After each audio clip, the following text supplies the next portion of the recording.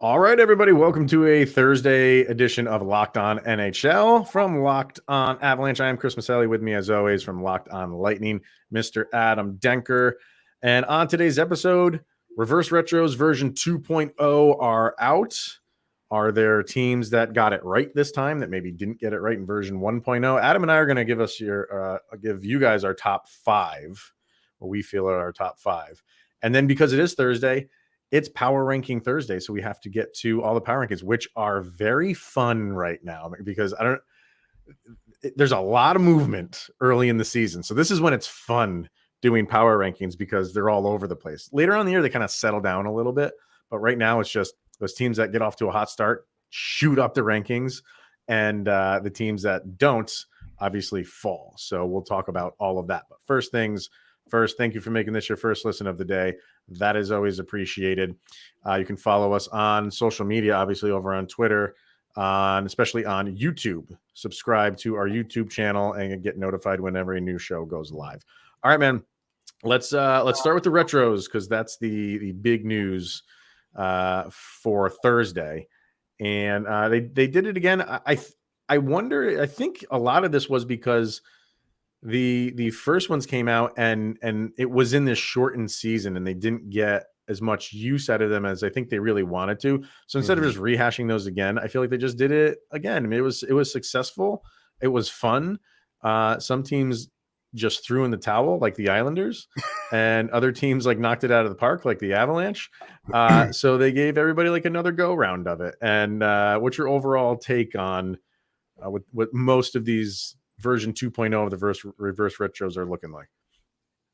Obviously, there's a lot of good ones. We'll get into that in just a bit, but I have to say, as much flack as we gave the Islanders last time, and they were by far the worst ones in the last go around that we had with these, even some of the ones that are the lesser ones. Now, obviously, everybody has their own opinion about which they think is the best, which they think is the worst.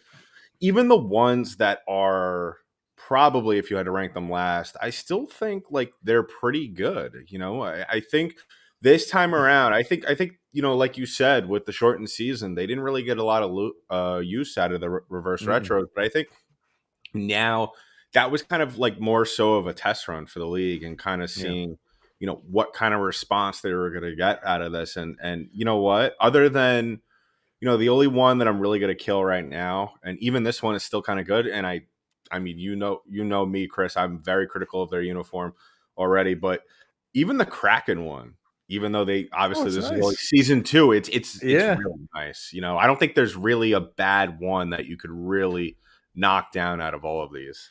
In the first go around, there were a handful that you were like, I don't really like that one at all. For this one, I agree with you. I think most of them are pretty good looking. I don't really. There's none that stand out to me as like horrible, like you could with the first time. So I think maybe the teams that kind of got that flack really learned from the mistakes and did a pretty good job this time around. I love just the back and forth of fans of hating some and loving some, and you're seeing already rankings.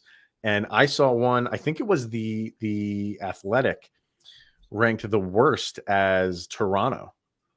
And then I saw another one, I could have been on the Score, that had Toronto in like the top 5 or something like that. Yeah. And that's what's so cool about this. Everyone has their own likes and dislikes on what constitutes a cool looking jersey.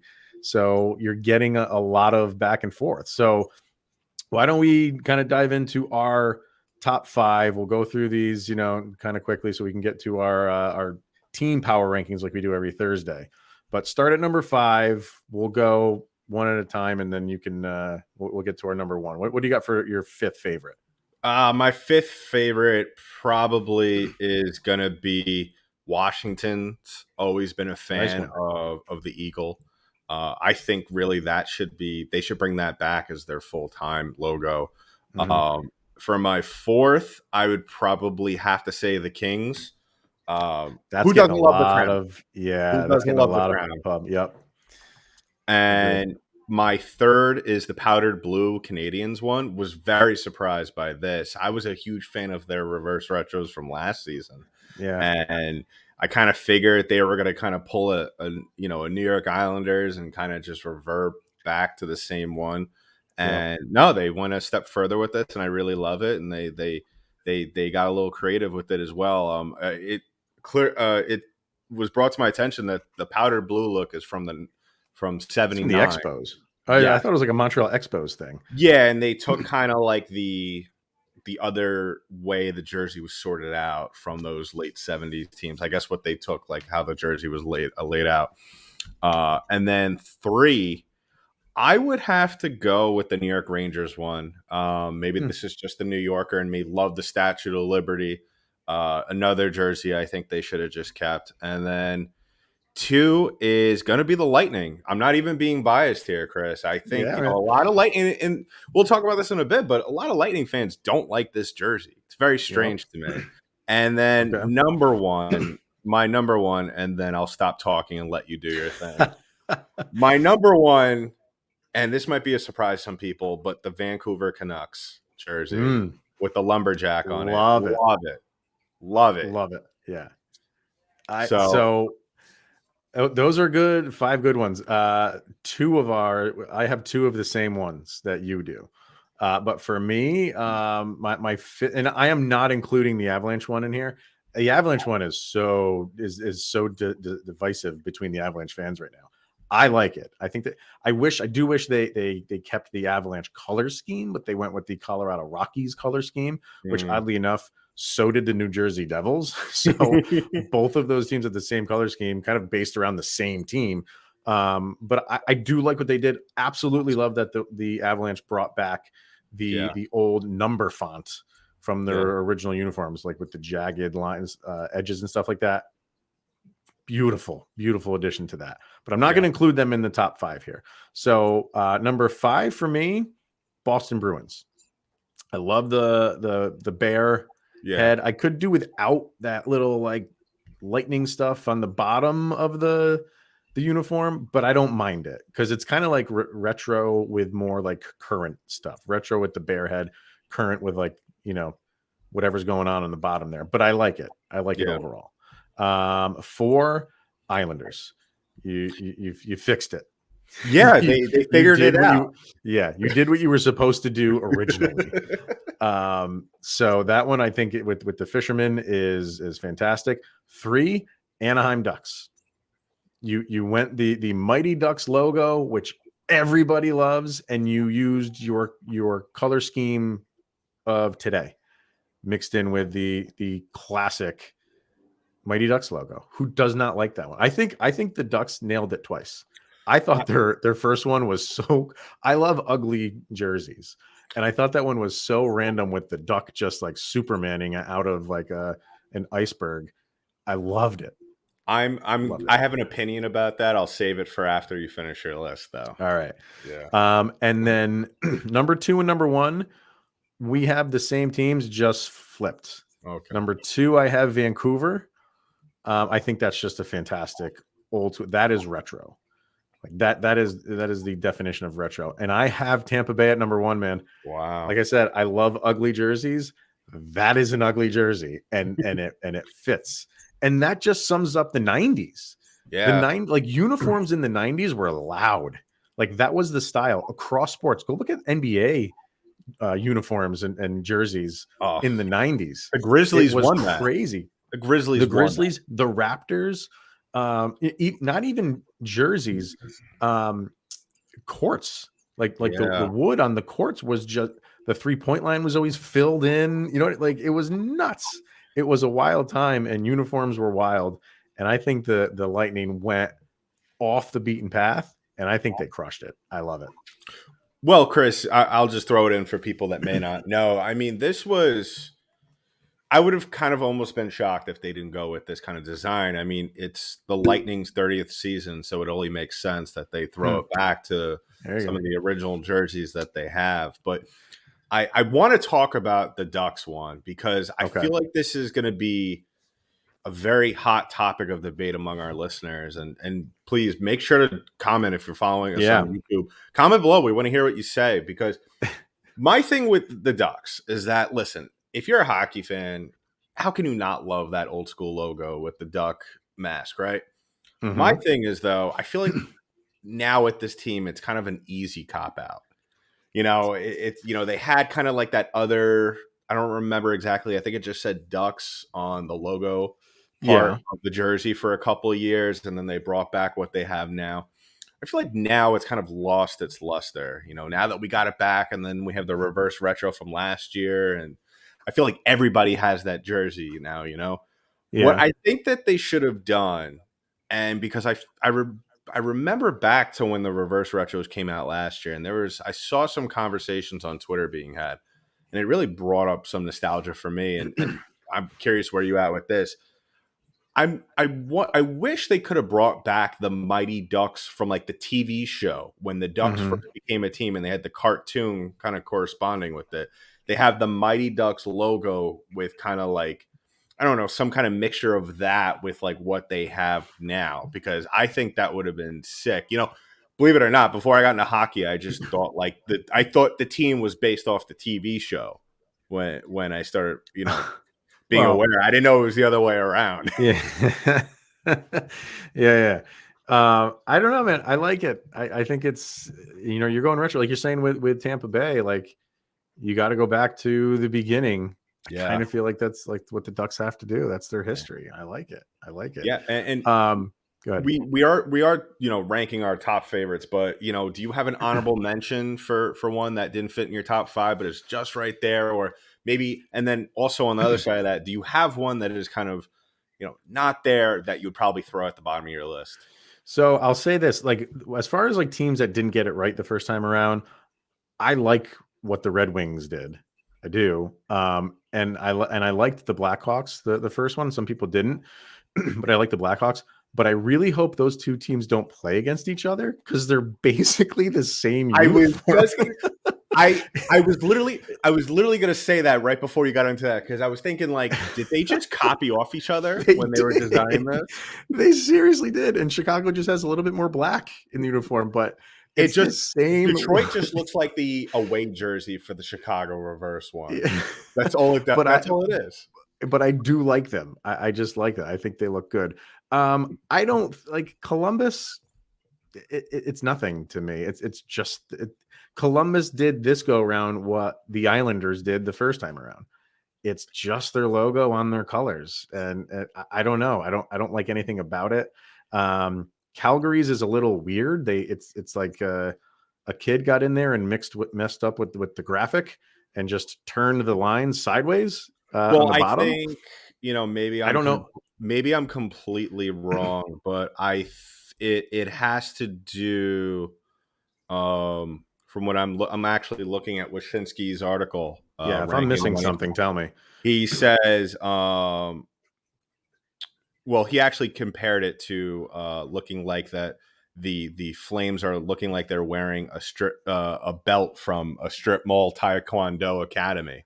But I think, Okay, I mean, maybe it'll come out eventually, and maybe I'm just really off base here with this assumption, but I think it yeah. maybe has to do with some of the indigenous population up there in Canada, maybe Oh, something maybe there's a good. correlating with Yeah. that.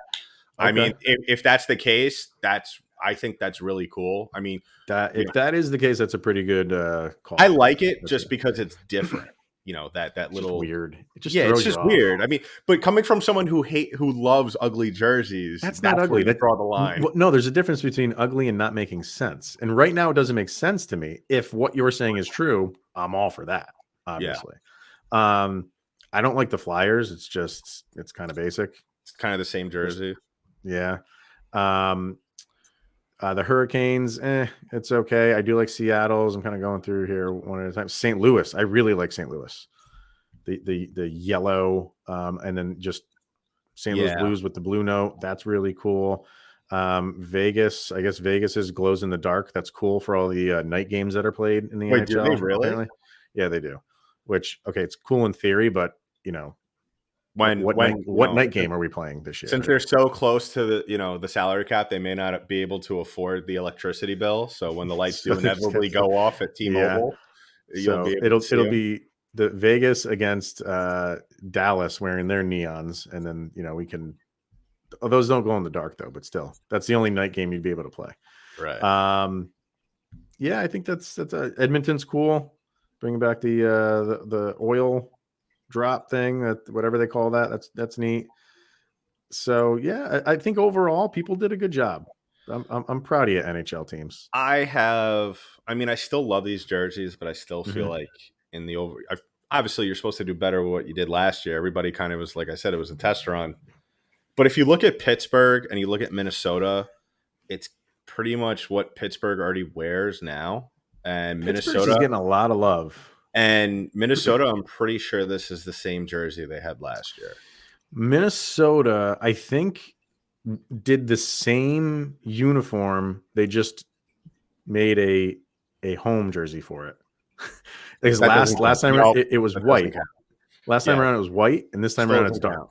Still doesn't count. So they did their home and away with the reverse retro. I don't know. People are loving the Pittsburgh one because it's the old Robo Penguin. Yeah, I mean, thing. Yeah. I feel like any Pittsburgh jersey is great just because of the color scheme and great just logo. their logos. The one I really want to like, and I might be a little bit overcritical, and I might put this down towards the end of the list, is the Buffalo Sabres one. I just feel like it's okay. They kind of ruined the excitement around that by announcing that they were going to have the goat head as their third jersey this year. Right. So you kind of, everybody loves the red and black goat head, and then you're dropping the throwbacks, which if you have the goat head, the red 90s one for the home, and then you have this reverse retro that they have now for away games. All right, I'm crazy excited about this, but I feel like you're all over the place with all your color schemes here with this. Right. Agreed. So, yeah, I think, like we said, overall, I think most of the teams nailed it. And it'll be interesting to see if this stops, because Adidas is no longer making jerseys for the NHL after this year. Does whoever pick it up continue this? I think fans would love it. Maybe not every year, maybe like every other year or something like that. But it's fun. It's fun to do this stuff. So, and it's original. No other league really. Well, the NFL kind of does the throwback stuff, but they haven't done it lately. So it's cool. All right. We're running a little bit long here in segment number 1. So we got a power ranking to get to. But first, we're going to get to Bet Online, betonline.net, your number one source for betting football and the start of a new basketball season. Find all the latest player developments, team matchups, news, podcasts, and in-depth analysis on every game. And as always, BetOnline remains your continued source for all of your sport wagering information with live betting and up-to-the-minute scores for every sport out there. The fastest and easiest way to check in on all of your favorite games and events, including Major League Baseball's playoffs, MMA, boxing, and golf. You can head to the website today or use your mobile device to learn more. That's betonline.net, where the game starts. All right, sir. So, team power ranking, week number 2. If you are watching on YouTube, we're throwing it up there on the screen right now.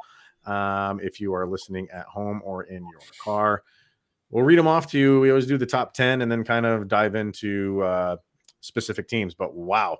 I'll say this. The only teams that didn't move at all were the New York Islanders at 19 and the Anaheim Ducks at 26.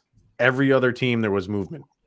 So in the top 10, one of the biggest movers of the week, the Detroit Red Wings are at number 10. The Florida Panthers go from number 7 to number 9. The Vegas Golden Knights go from 18 to number 8. The Boston Bruins go from 13 to number 7. The Colorado Avalanche drop from number 1 to number 6. The Pittsburgh Penguins move up from 11 to number 5. The Dallas Stars, another big mover, go from 17 all the way up to number 4. The New York Rangers go from 5 to 3. The Hurricanes go from 4 to 2. And the Calgary Flames go from number 6 to number 1. Overall thoughts on the top 10. This is when it gets exciting, man. Even though the Avalanche drop out of the top spot, I love seeing this movement early on. This is crazy. Yeah, I really like the Stars. I think we both agreed in the offseason leading up to, I think it was a couple of weeks ago when we talked about it. I think we were both really high on the Stars, especially with Jake Ottinger in net now. And technically, if the playoffs started today, The Stars would be the President's Trophy winners. So, congratulations to the If the Hart interim. Trophy was given out today, oh, that's great. No, but I don't have a Yep. problem with these. I'm glad to see finally. I think this is the first time, Chris, since we've started doing the rankings that we've seen this much movement. The Bruins, I don't know how to feel about. I'm just waiting for the other shoe to drop with them. The Penguins, not so surprised. Yeah, it's exciting. You get to see kind of like what teams have in front of them and how long they're going to be able to capitalize on, jumping out of the gate really fast and kind of taking teams by surprise, which you've seen with the Red Wings. They have one of the best goal differentials in the league right now. And, this is a team, like I told you in the offseason, they're going to be good. They're not probably going to be playoff good, but they're going to play a lot of tough games. And, you're seeing that very early on, and it's paying off. Yeah. Yeah, I think your undefeated teams, Dallas, the Hurricanes, and Calgary. That's they're 1, 2, and 4. You got the Rangers in there at number 3, and you have teams that have overtime losses as far as Pittsburgh and Detroit. I'm forgetting about St. Louis. St. Louis is actually 2-0, and somehow they dropped to number 13. I think just because they only played one game, while every other team in the league had like 3 or 4. Like they got a late start to the season, so I feel like that's why the Blues dropped a little bit, just because they didn't have any games played. And you have all these other teams that were playing games that kind of just jumped over them. So I think if St. Louis continues to catch up to the league as far as games played and win, I think they'll kind of scoot back up a little bit. But it's cool to see the Red Wings, man. Like number 10, jumping 12 spots from 22. That's always a team that everybody's just waiting for. Yeah, it's very early in the season, but a lot of people have some high hopes for them. And I say high hopes, not like they're going to go win a division or anything like that, but compete for a playoff spot. So you like seeing that. And then kind of, all the other teams in here, maybe with the exception of the Stars, all these other teams, Flames, Hurricanes, Rangers, Penguins, Avs, even the Bruins, even the Knights, even the like those are all teams that we're used to being in the top 10, top 12. But when you throw a team like Dallas, who's a good team, but usually in that middle range, and obviously a team like the Red Wings, when they're cracking the top 10, even if it's early in the year, I'm for that. I like that stuff because I like the parity in this league, and I want it to continue.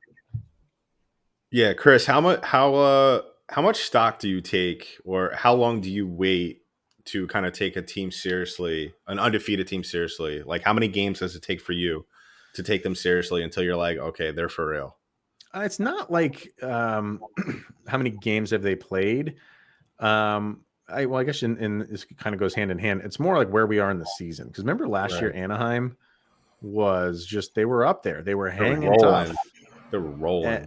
And we got to American Thanksgiving, and they were still in it. And that usually is telltale for you can kind of make the playoffs. And then they just fell off. Yeah. So yeah, if I kind of look at like everybody looks at the American Thanksgiving as where are you in the standings? If you're in a good spot, you're probably in a good spot at the end of the year, which is so weird because you're only 2 months into the season. Yeah. But the numbers don't lie with that. Something like 80-something% of the teams that are in the playoff spot by American Thanksgiving keep that playoff spot. It's crazy. It's crazy. So I don't know. So I'd like to see that.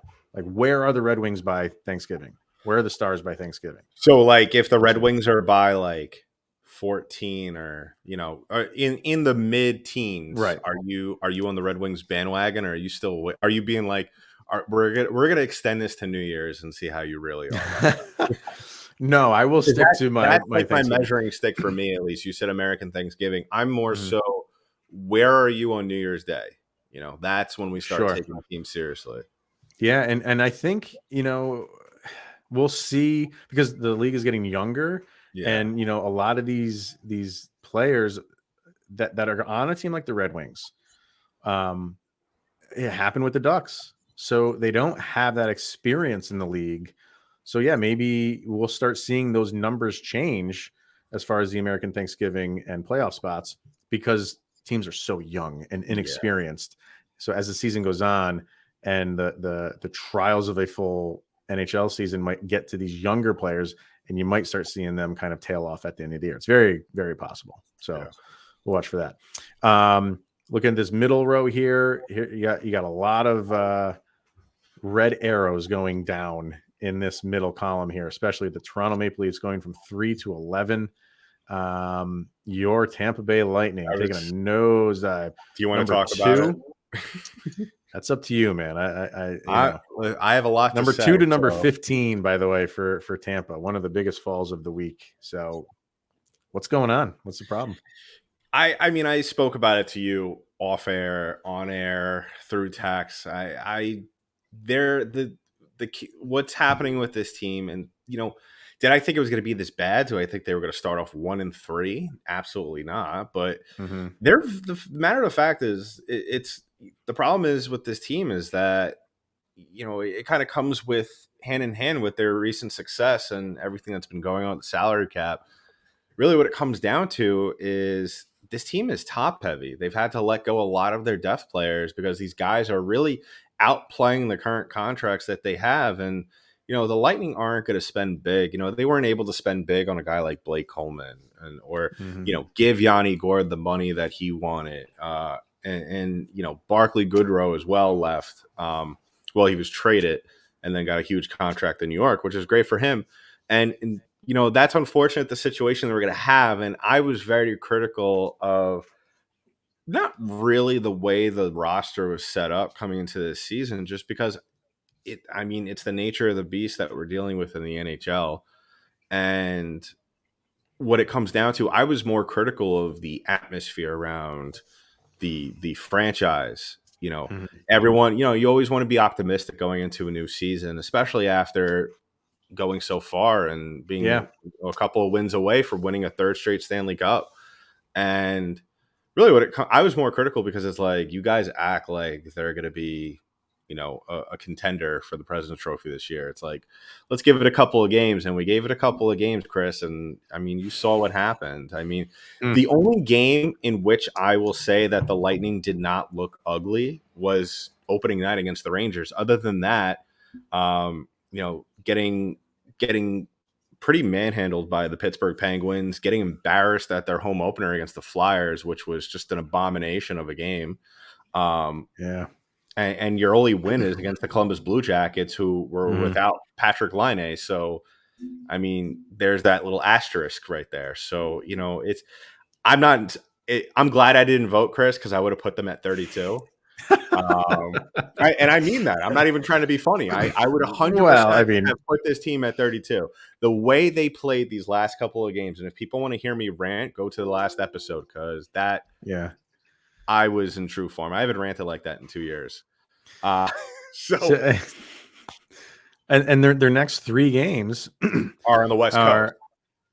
They're playing Florida tomorrow night. They're playing Florida tomorrow night, and then they're on the West Coast. They're playing Florida and then the Islanders. In Florida. But that's more so of really, and that's what I'm talking about this team, Chris. It's that game against New York is going to be, all right, let's just not mess this up.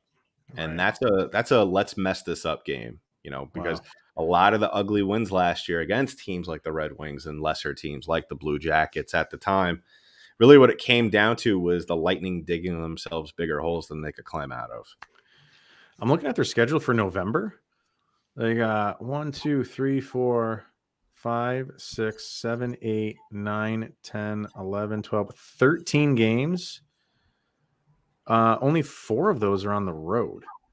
And in a stretch, you got 2, 4, 5, 6, 7 out of to start the month. You have 7 out of 8 games are at home. So that's a favorable month for November to kind of maybe, what are we? We're almost done with October. So you have 5 more games in October. And then once you come home from that West Coast swing, you got a chunk of games at home. So maybe that's where they can kind of right the ship if they haven't by then. Yeah, but Chris, look at it this way. And you are just not having it. No, I'm not. You're not even listening to what I'm telling you. So, no, but if you look at the schedule, Chris, for November, you said a lot of those games are at home, but look who they're playing against. A lot of those teams are in our top 15. on our rankings. Senators, Hurricanes, Oilers, Capitals back-to-back, Stars, Flames, Bruins twice. You got the Predators and the Blues as well. Dude, it's a tough league. This isn't going to be This a is the NHL, bro. man. And you made it to the Stanley Cup final 3 years in a row. Like you can handle this. You got it. I don't believe you. We'll see. But you know they're good for it, and they just got to get into the playoff spot. So, we'll obviously check with them next week. And then kind of your last row here. Can we talk about the Wild? I'm glad you brought that up. Can we talk about the Wild? Because I think yeah. So the Wild drop from number 9 to number 25. Just a horrific start to the season for the Minnesota Wild. Terrible. So their goalie situation just is not fixed yet. Their defense is just a Swiss cheese defense. They can score. That's definitely one thing that they can do. But when you're giving up 6 and 7 goals per game to start the season, it's not good. Not good. So, any thoughts on the Wild? Called it. If you listened to the last episode, called it. Yeah. I said I didn't think this team was anything special. And I thought it was very premature of our coworkers at the Locked On NHL to put them in the top 10. You know, and look how they've played thus far. Just it's been bad. Absolute dumpster really fire. Now, what about another team kind of on that level with the Vancouver Canucks? The Canucks started at 21, so it's not like they were like Minnesota started in the top 10. But the Vancouver Canucks are the first team in NHL history they set the record when their first 3 games of the year, they had a 2-goal lead and blew it. And then they extended that to 4 games. I don't know if they're playing as we're recording this, but that is you're in the position to be 4-0-0 to start a year. You could be right up there with Calgary at number 1 if that's how you started, and you blew all 4 of those games. Vancouver was a team that a lot of people picked just because how they finished once they got Bruce Boudreau on the bench, and early on it's not happening. Well, ironically enough, Vancouver is playing Minnesota tonight, so we will see what kind of game that turns into. Shootout. That's a 14-round shootout right there. I mean, listen, they're one of those teams. I think this team could be ranked in that last column or up in the first, and I think people will root for them regardless. I think they're a team that at least me won't give up on. I just think they have so much talent, and they finally have a coach who is shown thus far, minus this season, that he is able to bring out that talent. And so, you know what, I think this is just the case of a team that is still figuring it out, a team that has the talent on paper at least. And, it's going to take a little while for them to kind of just get all that talent on the same page, build that chemistry. And you know what, I wouldn't be surprised if we're here in a month and we're talking about them possibly breaking the top 10. Oh, wow. Okay. Yeah. Making some bold predictions on today. Feeling spicy tonight, Chris. Yeah, man. Jeez, tacos going all around tonight, right? And then kind of just we got to talk about the Sharks at the bottom because I think San Jose forgot the season has started. Just horrific. I didn't think anybody would supplant Arizona or Chicago. I thought maybe those teams would kind of trade for the 32 spot. And it's not, I mean, San Jose started at 29. So, they were on the bottom to begin with, but man, when you start the way that they have, you've been to what is it? 0-5, I think, right? Unless they are 0-5 and their goal differential is -11. And that puts them as the worst in the league right now. Wow. So if the season were to end tonight, they would have the best odds to get the number 1 overall pick. Connor Bedard in turquoise. Can you imagine that? Man. So, tank for Bedard? Yeah.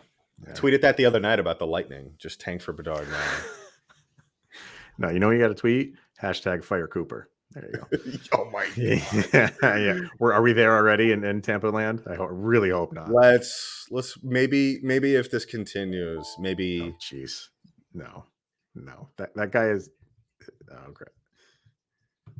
I think Denker found his way out. So on that, Denker had enough. So on that note, we're going to wrap this up. He doesn't want to talk about the Lightning anymore, and neither do I. So that's going to wrap it up, everybody.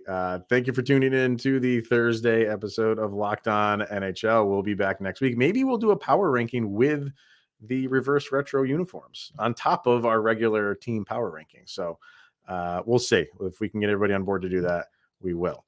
Until then, thank you for making Locked On NHL your first listen of the day. That's always appreciated. And we will be back next week with a fresh batch of NHL power rankings. Thanks for tuning in.